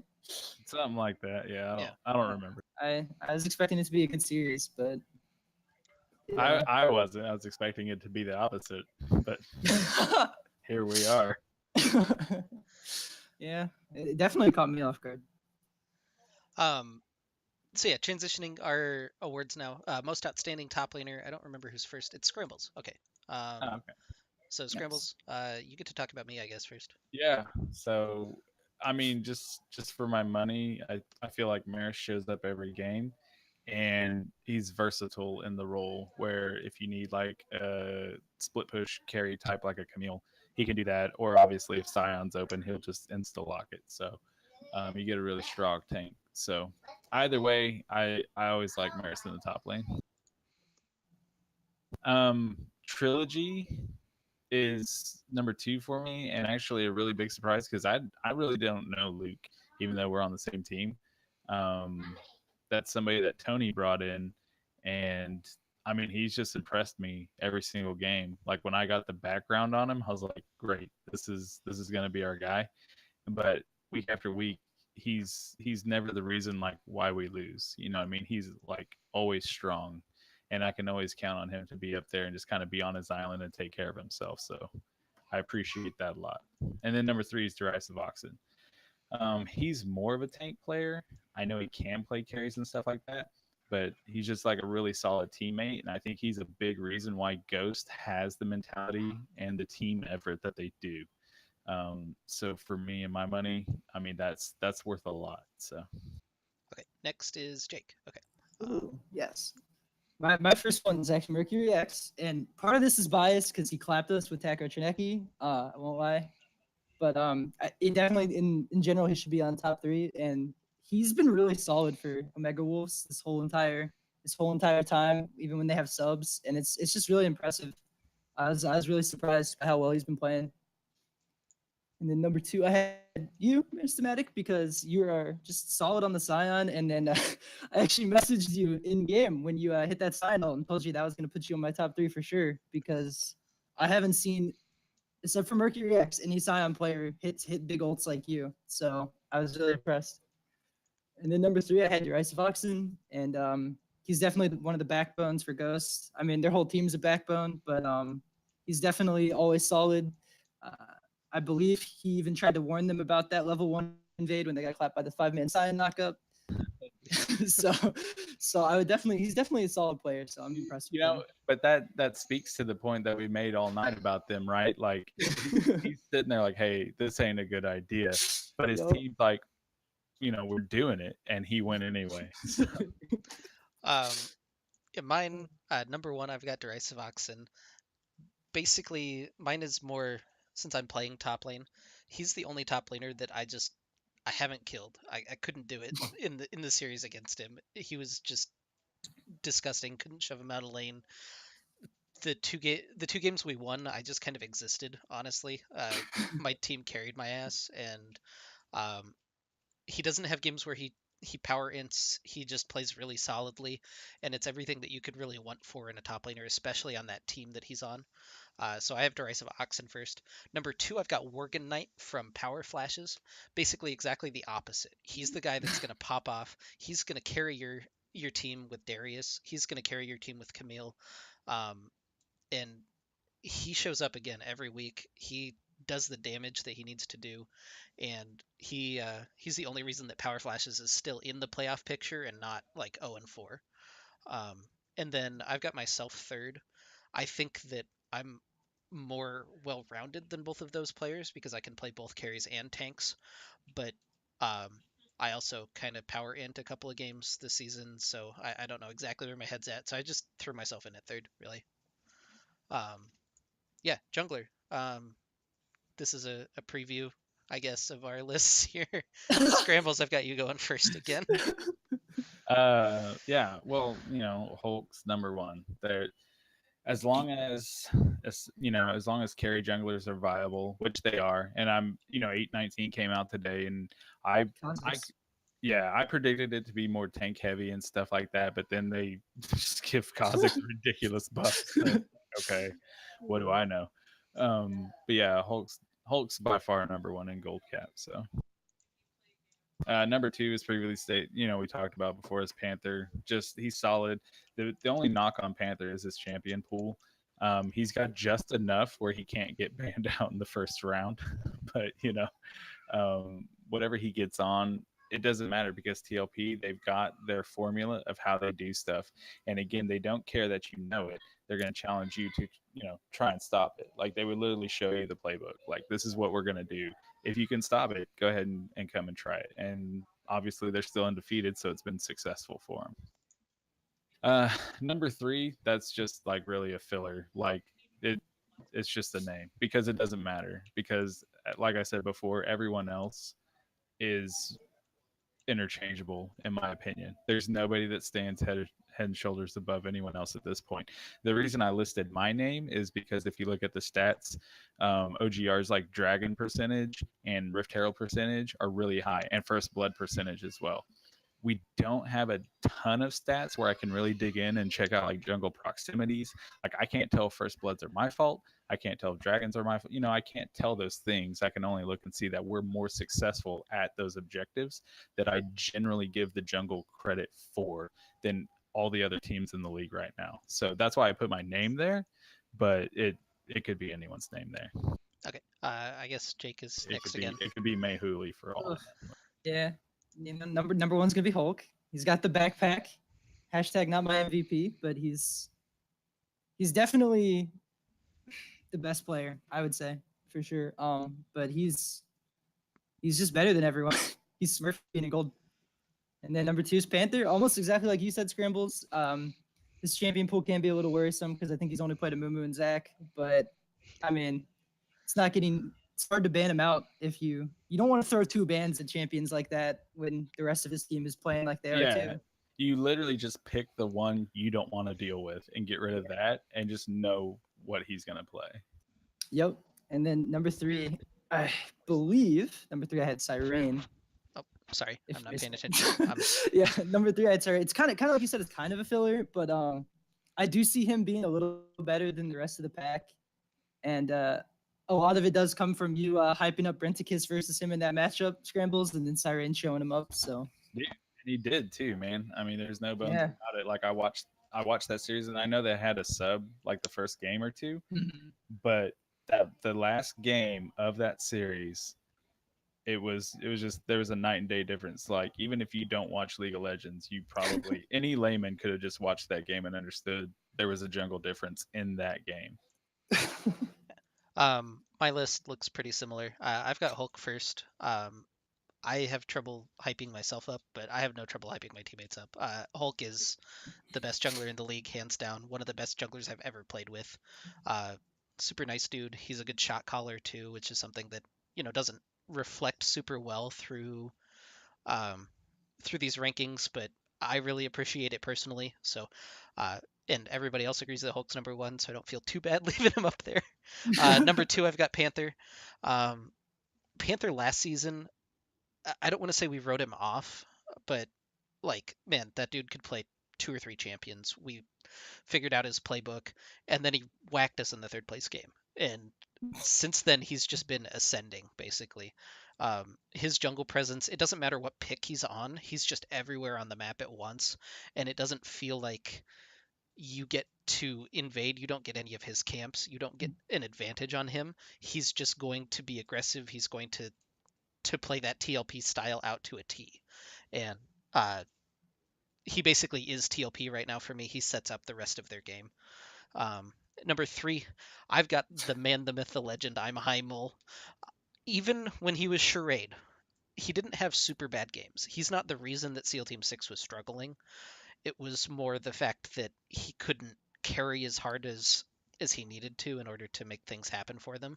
I think now that he's back to being Heimel, he's going to turn it around. We saw last week he had a good performance, and I think that he can string that together. He's a really good jungler we've seen in previous seasons. And again, like these guys have said, number 3 is kind of an interchangeable spot anyway. I think Siren and Scrambles are both good picks for number 3. I've got Heimel there, though. Yeah, I will not ever debate Heimel. It's solid. He'd been Heimel change mine. Go change mine, man. Nice slide. Yeah, nice slide. Good job. Oh, I'm apparently going first. Okay. We'll get back to Jake, I guess. Or do you want to just go first without your name above it?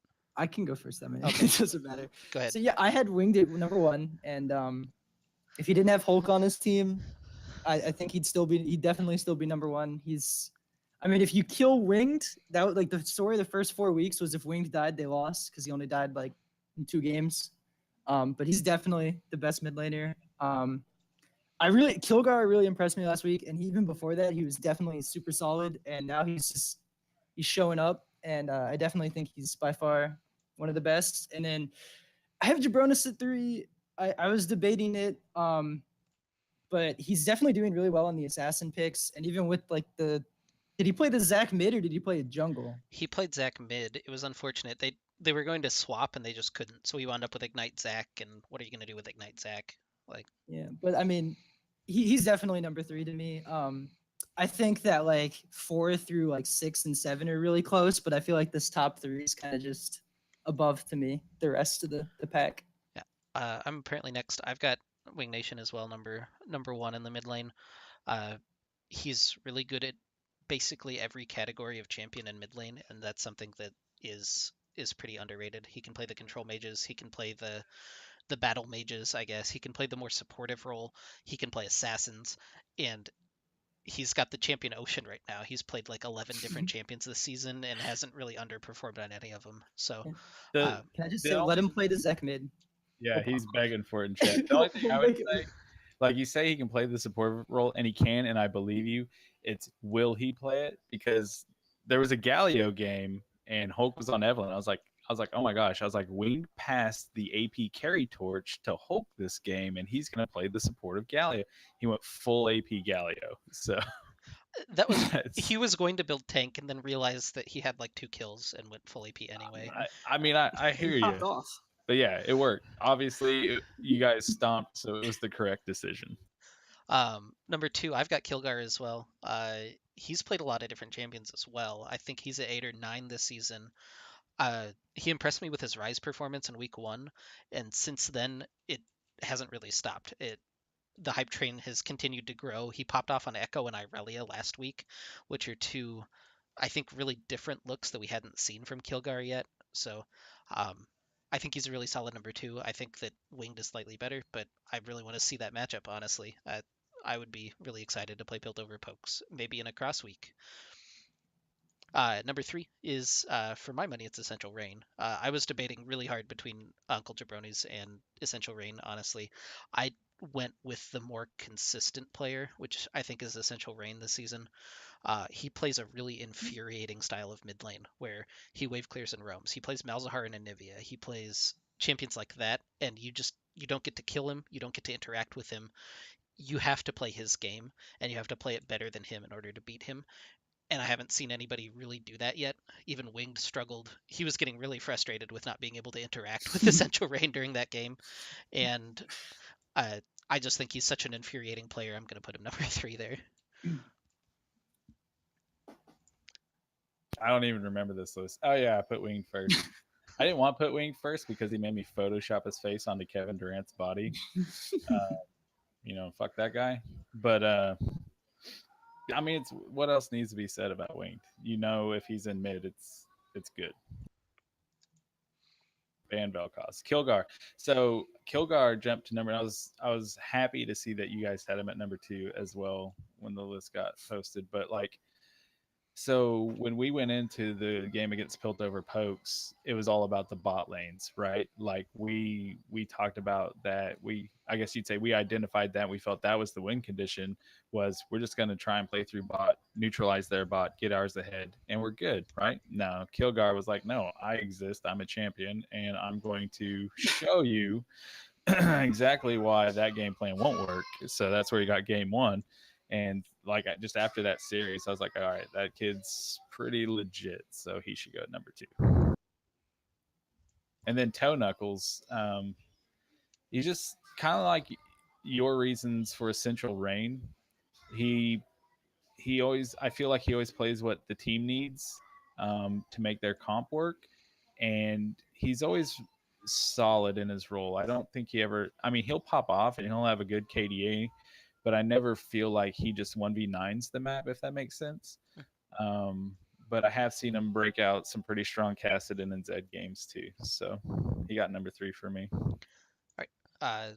Oh, we got Jake's name. Okay, we're back Yeah. to green, which means that we didn't have a consensus for 80 carries, so this one's going to be a little bit more spicy. We're going to start with Jake, I guess. So Jake. Ooh.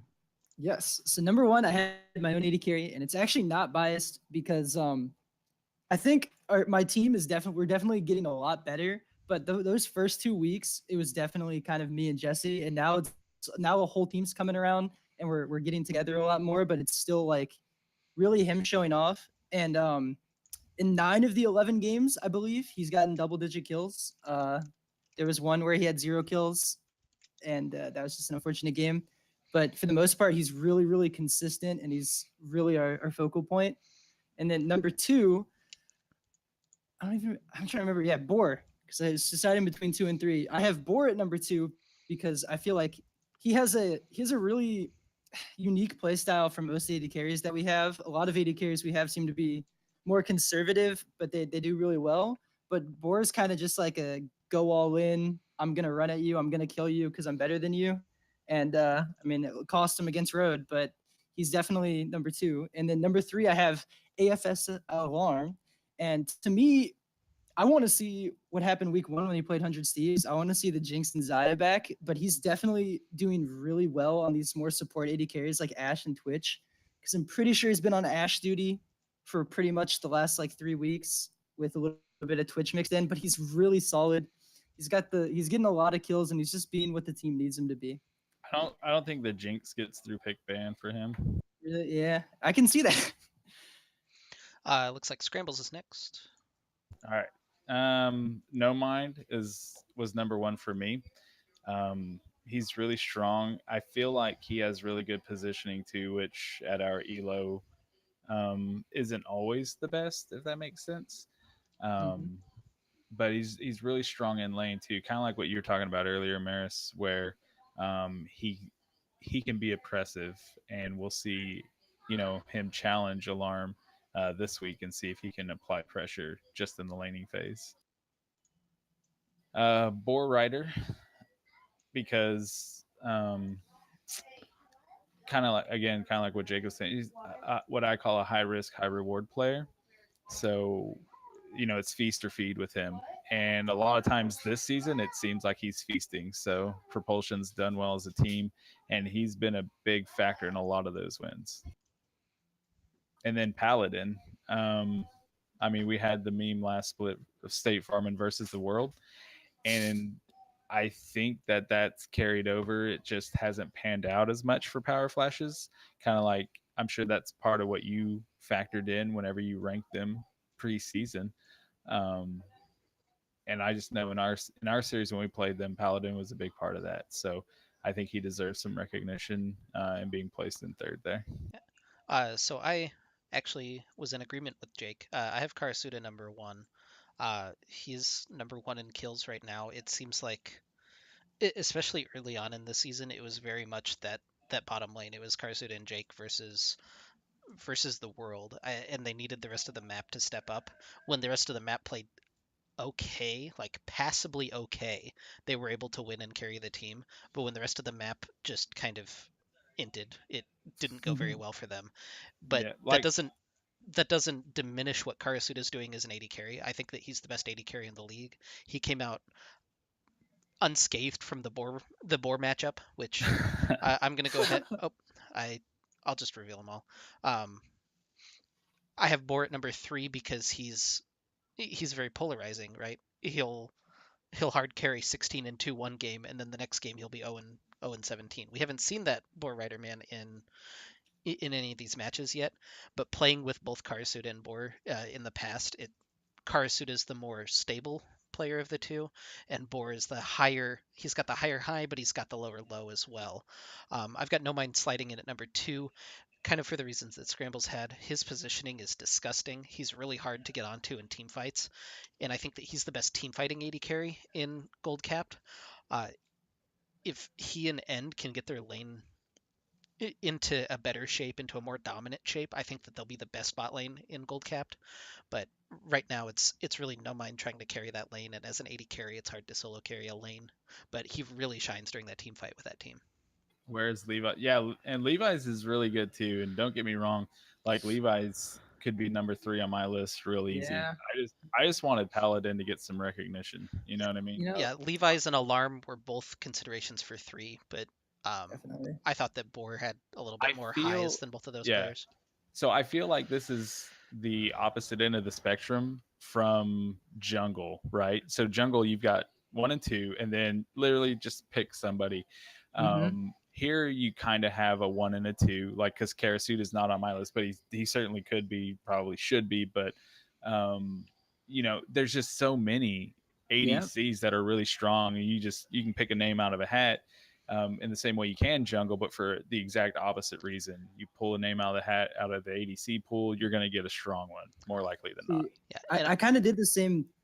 Sorry, Mary, but I kind of did the same thought process with my number 3. It's not like the recognition thing is definitely with Alarm, but I honestly picked him. Like he's been so solid, but like he seems like he's really under the radar. Like it's always their bot lane solid, but it's not like, you know, because Alarm is just like always consistently doing well. Yeah, and my reasoning is probably more based on head to head. These are 380 carries that I've played against. I haven't gotten to play against Alarm yet, so that feels a little bit bad in terms of being able to rank him accurately.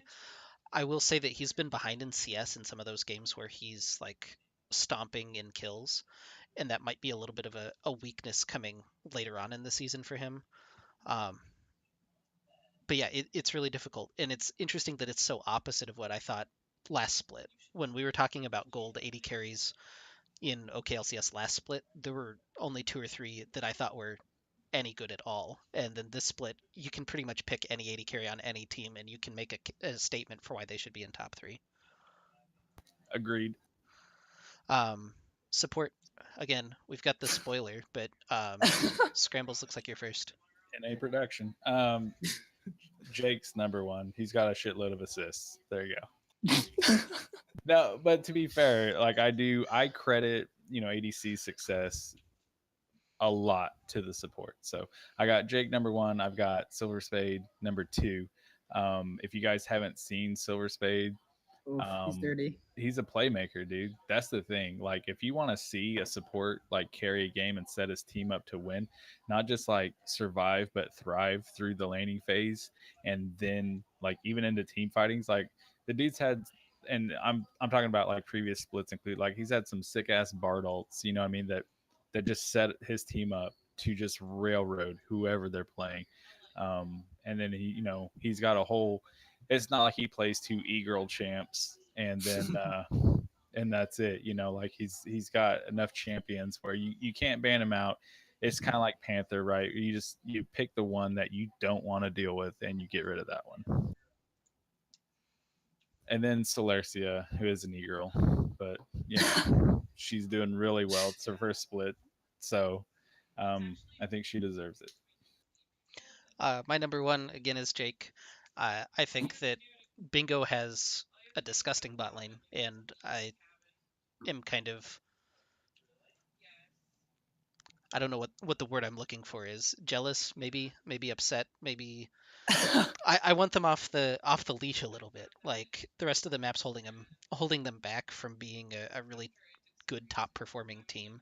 But Jake and Karasuda set that team up for success, and then sometimes that team delivers for them, and sometimes it doesn't, and it's not really their fault. But I think that Jake is the most outstanding support so far. I've got Ivory at number 2. Ivory is that support that you don't notice a whole lot. He plays a lot of Braum. He plays a little bit of Alistar. He's that big linebacker sitting in front of Duvranga, but he makes sure that Duvranga doesn't do anything too stupid, and he also shot calls for the team as well. He sets up OGR to be in a good position most of the time, and his Braum unbreakables are just disgusting. Honestly, he's really good on that champion. And the number 3, I've got Silver Spade for the same reason. He's setting up GSM. I think Levi's and Silver Spade are both very solid bot lane for them. But Silver Spade in particular, I think has shown through in a couple of those games and getting them out of those 50-minute slugfests that they seem to find themselves in every single week. Yeah. So I mean, I have myself at number 1. I don't even want to talk about it, but I mean, I honestly just feel like I haven't come across anybody yet that's too strong. Silver Spade to me though. We did scrim GSM one time, and Silver Spade is the scariest player I've ever played against so far. Might change when we see Hulk and Wing Nation, but like when we scrimmed him, he was literally, he had his pike and he was literally 1v5ing, keeping them in the game. And Silver Spade is, if you give him pike, you're gonna lose. Don't give it to him. It's just yikes. And then I have Celercy at number 3. I almost wanted to swap them around, but Celercia to me, she's doing really well. I like it's just a nice play style, and it's really kind of it builds off what I was saying with Alarm, how they're playing like the Ashe and the Twitch, and now you got the Sona, Nami, Morgana. It's just a really solid bot lane that's doing really well and letting their team just pop off. Yeah. So now the moment you've all been waiting for, and I apparently already spoiled it. So most valuable player. Oh, it was like 3 in the morning when I was doing this. I'm sorry, guys, but go ahead and talk about your most valuable players here, Scrambles. Yeah, and there needs to be context. This isn't like the league's most valuable player in the terms of how we thought of these when we put these names in. This is like who makes the most impact for their team. And again, this is if it ended right now. This isn't projecting into the future what we think. But for me, it was Kilgar for Piltover Pokes. They've come in, they've done a great job, and I think he's a big reason for that. For the success that Power Flashes have had, and for their potential, for their potential moving forward, I think that revolves around Paladin for them. So he's their MVP, and then TLP has solid people across the board that are going to do their job. They're not going to be super flashy. They're not going to 1v9 the map, but No Mind can be that guy for TLP. So I think for their success and their continued success, No Mind would be the guy that you want to focus around. Again, this is most valuable player. The most valuable player isn't the player that is the best player in the league on the best team. The most valuable player is the player that is most valuable to his team per the wording of the award. To give an example, when I thought about it, if you think about it in an ALCS, I don't think Double Lift is the MVP of the league.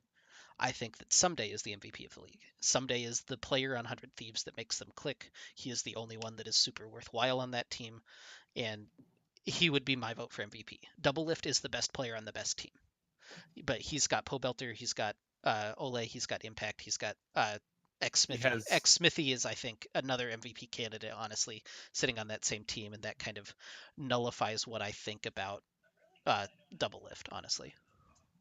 So, with that said, my MVP is Bull Rider Man. He is what makes Propulsion go. It's when Borg gets fed, when they're playing around him is when their playstyle comes through the most. When they're team fighting and Bor's able to put that damage down from the back, jump forward and get 2 or 3 kills, that's when you're like, man, Propulsion is the best team in the league. When Bor's having an off day, you can tell how valuable he is to that team because they just don't look the same. My number 2 is going to be Worgen Knight for Power Flashes. I think it's interesting that you have Paladin and I have Worgen Knight, and it's kind of the same thought process. When we see Power Flashes performing, it's because Worgen Knight is just dominating top lane. He's got that 10 kill Darius, and he's just rampaging, and he's creating space for the rest of his team to exist in. I think that Paladin could be a candidate, but I just don't think that he's played that well this season to really step up. I don't think he's been that valuable for his team. It's been Worgen Knight that's been creating the opportunities for them to win games. And then my number 3, I've actually got my teammate Wing Nation. This is more I want to say it's not the best pick, but he is the best player on the best team rather Right, than the like most valuable. So I'm I mean, caving just a little bit to that. I feel like you diffused your own number 3, and these aren't in any order, by the way. But I feel like you diffused your wing pick with your ex Smithy argument. Yeah. That being said, I think that without Hulk, Winged can succeed. I don't know. I messed up. Well, but I'm gonna put Wing number 3. He's the best player on the best team. We're gonna go with that. There's an argument. It's not a good one. Okay, Jake. Yes, I had Boar at number 1 as well. Kind of the same reason as you, because he's really feast or famine. But I take it even farther because I honestly feel like if Mehui is Cassiopeia's band, if Boar does bad, it doesn't matter what they're playing everywhere else. It doesn't matter how fed they are; they're not going to win the game. I think Boar is that team, and if he doesn't carry them, then they're going to lose.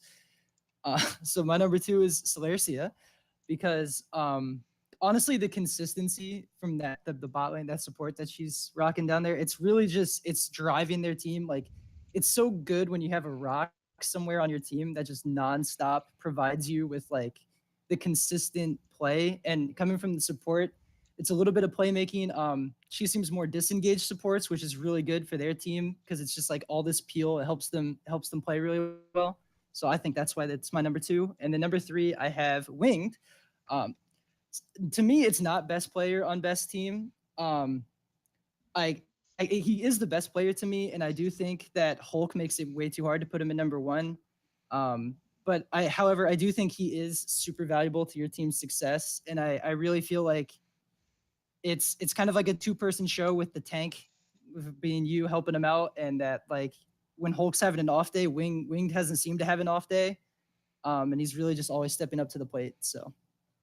Yeah. I don't remember. Yeah, I actually forgot to put in the rest of the slideshow. So um, that's going to be it for the awards this week. Later on this week at 11 a.m., we're going to have the first set of gold games. It's going to be Wing Nation and I, per usual. We've got the Noxus games except mine, plus the OGR versus Vicious and Delicious game at around 3 or 4, usually is when Vid and Hunger Bunger are on, and they'll have the rest of the gold capped action. Sunday, I believe we have Uncle Jabroni's is going to be doing the Diamond Capped League. I don't remember 100%, but they're looking to start around 2 or 3, I believe. If any of that's wrong, I'm sorry. This is all from memory. Next week on the show, right. Yeah, next week on the show, we're going to review what happened this week. We're going to have to try to preview both Super Week and Cross Conference Week, and then we're going to do mid-season awards for Diamond. If there's a Diamond player or anybody who watches all of the Diamond games and feels like they can have significant input, you saw how much we relied on Jake today. I'd like to have the same thing from a Diamond player next week. I'm tired. One of those things. Yeah, I'm just going to say words until they make sense. Honestly, I have a couple of ideas. I'm going to reach out to a couple of you guys if we don't hear from you.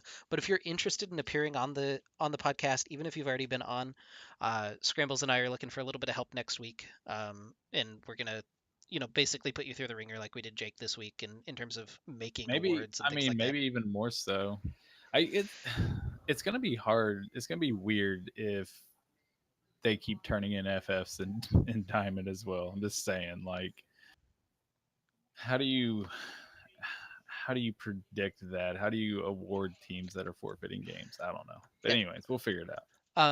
Let me send this one last time in the chat. If you guys haven't gotten your vote in, go ahead and vote right now for your Twitch chat. I'll go ahead and bring up that result in just a second, but the Twitch chat predictions will be what we have. Thanks, Jake, for coming on today. We really appreciate having you. Thanks for making the list and playing along and throwing a little bit of shade at some people. We appreciate that. Do you have anything you want to? Yeah, I was gonna say, you got any spicy takes before you bounce? I do have a couple spicy takes, but all I want to say is if Pokes don't make finals, I'm going to be so sad because Pokes are the best team by far. They're going to clap Road 2-0 if they ever play them again in like a full serious passion. If they don't like buy into the curse thing, like they're a solid team. They're gonna beat everyone. Wait, what curse? The whole they have a history of losing. Like, that thing. If they never buy into it, I think they're definitely the best team. So do you think that there's do you think they get the Norman nerf? Like if an OSU team comes down to the OU Innovation Hub, and do you maybe they think get like intimidated or something. maybe they get like all of a sudden OSU steps on campus and they get DDoS? I don't know. Yeah. We had enough I mean, problems with getting the internet up last split. Let's not talk about it this split, man. I'll fix it again. Don't worry, dude. the internet problems. All right, let's just run through these really quick, and then if you have anything else to say, we can get on that after that. But we got 38 responses this week, so we're doing pretty solidly. Right now, we've got Unlucky Retribution with a pretty gigantic lead over Killer Whales United for Diamond Capped. Return of the Middle Sticks wins the vote over Landsneck. I'm kind of surprised by that one. Good. Yeah. Yeah, that's actually a pretty big win too.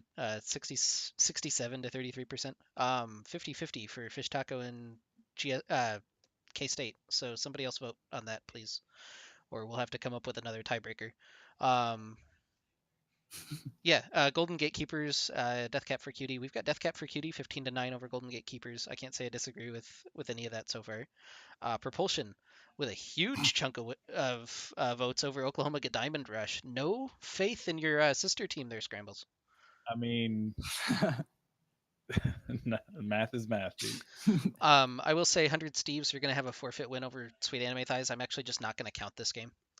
Yeah, that's fair. Because so we're only going to have 5 games that are counted. If you really want to come through and vote for 100 Steves, whatever. But 100 Steves are going to pick up their first win of the season on a forfeit. Feels bad. In Gold Capped, we got Power Flashes over 100 Steves. We've got the 100% vote for Oklahoma Gold Rush over Vicious and Delicious. Are you scared by the faith in your team, Scrambles? Yes. I'm so scared. bad. Somebody please, I'm going to go vote for BND. Where's the link? Maybe if Revan Christ is on AD carry, maybe they have a chance. Nah, I got this. They throw a mid lane. I'm going to fix this. Gecko Slammer my Armageddon with the big vote over SEAL Team 6. I'm actually kind of surprised by how we see his vote come through. There we go. Refresh it. There you go. Okay. GSM. Dodge that bullet. I'm kind of surprised by the 70% for GSM over SEAL Team 6. Not much faith in Heimel. It's the Silver Spade. It's the Silver Spade special. All right. Our the pike. Our undefeated matchup is pretty polarized as well. That's Piltover Pokes 17-10 over Tastes Like Purple. No one likes the Death Ball comp, apparently. I mean, I think if Pokes can get a significant lead pre 30 minutes and hang on to it, then they win. But yeah, with the comps and the style that TLP plays, if that game goes 35 minutes and it's even in gold and even in like map pressure, I don't know, man. Like no mind will take that over. Our big game going on right now, we've got Propulsion 22-4 over Ghost. No, please don't jinx it. That's a huge, that's bigger than these other ones that we're talking about being huge. 85% to 15 in favor of Propulsion. Please no jinx. Pretty surprised, yeah. Omega Wolves crushing Indigo Sky. Somebody voted for Landsneck, so that's cool. Good job, Sneck. Scrambles, was that you? Oh, no. It could have been, but no. Jake, 25-1 for Bingo over Jingo. Are you feeling the pressure now? No, I don't feel the pressure because the bot lane doesn't scare me. Hold on. If I was on the other side, I'd be scared. No, I'm voting for Bingo. Okay, no one voted for KSU versus Team Fish Taco. In the chat right now. I got it. No, you're not the deciding vote. You've already voted. Well, I'm gonna vote the opposite of what I voted though, so that way I win either way. All right, chat. Go look at the bingo game again. Chat, go ahead. Somebody. It's still. Wait, is that actually only one vote? Yeah, I voted for bingo to make it even better. Oh my lord. Chat, go ahead and spam KSU win or TFT win for me, based on which team you think is going to win. I don't know who got that 50th vote in. I don't know that I want to trust it. KSU going to win. Player John wants you to go back to unlucky. We'll go back there. TFT win. That looks pretty... All right. We want to go back to unlucky. Unlucky's at 38 votes compared to 6. Griffin win. Fucking wow. That hurts, man. I know. I wish Griffin did win. I think we're getting too many memes. It looks like KSU like- got the vote over TFT. We'll go ahead and close that one down. Dude, Griffin was gonna be like my Albus Nox Luna that actually had a chance to win Worlds. You know what I mean? Like, Yeah. that's our Viper? SKT. God. That's gonna be it for the week. Thanks guys for joining us. Man, that was almost 2 hours of talking. Yeah, that was a so, long Yikes. we're gonna probably be longer next week. Let's get hyped. one. Hype. Yeah, it's super weak. Jake, you've got the floor here as we outro. What do you want to say to your adoring fans out there? What am I doing? I mean, I wish I was in Demacia so I'd have some competition in the bot lane, to be honest. I love it. There's a decent amount of AD carries. Like, all the AD carries seem to be pretty good, but honestly, the supports in Nox aside, I like Acidic Tom, but he's a Taric one trick, so I mean, the other side's just nice. Like, all the supports over there, I feel like I might actually get, like, I'd be in a lot of trouble on that side, so I consider myself lucky to be in Noxus, even though the teams are better. And Joey did want me to say that he is going to clap Jabronis, so be ready for it. Is that Joey coming out of the jungle clapping Jabronis? Joey in mid lane clapping Jabronis? Or are we just not gonna divulge? Top lane Joey. I can't. Support All I Joey. can say is we're all flexing. We're all learning new roles, so we'll see how it goes. I don't know. I mean, I wouldn't be surprised if Joey wants to go jungle, so that way he can just like walk in and camp Jabronis. He seems to have a real hate for him right now, so. All right.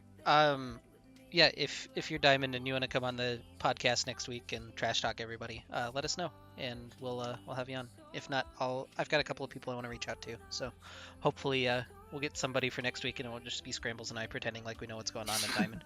Yeah. Yeah. Hopefully Pokes keeps up with what I said and beats TLP, because I believe it. Thanks guys, that's gonna be it for the week. Have a great week, everybody. All right.